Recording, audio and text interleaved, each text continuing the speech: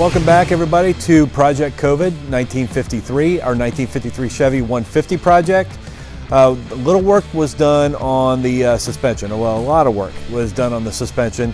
I went with using the stock suspension, but I did a complete rebuild on it. New kingpins, new ball joints, new everything. Got a complete kit to rebuild that.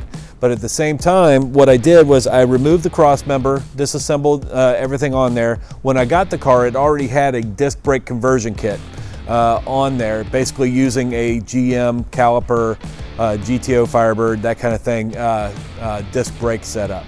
So what I did was I went ahead and took the cross member off, stripped it down, did some work on it, painted it with that Pour 15, which is tough as nails. And then the same thing with all the suspension pieces, and then rebuilt it. When I finally reassembled it, got everything back together, and then also with the rack and pinion setup that from the conversion that I did, it turned out really well. So it's all dialed in.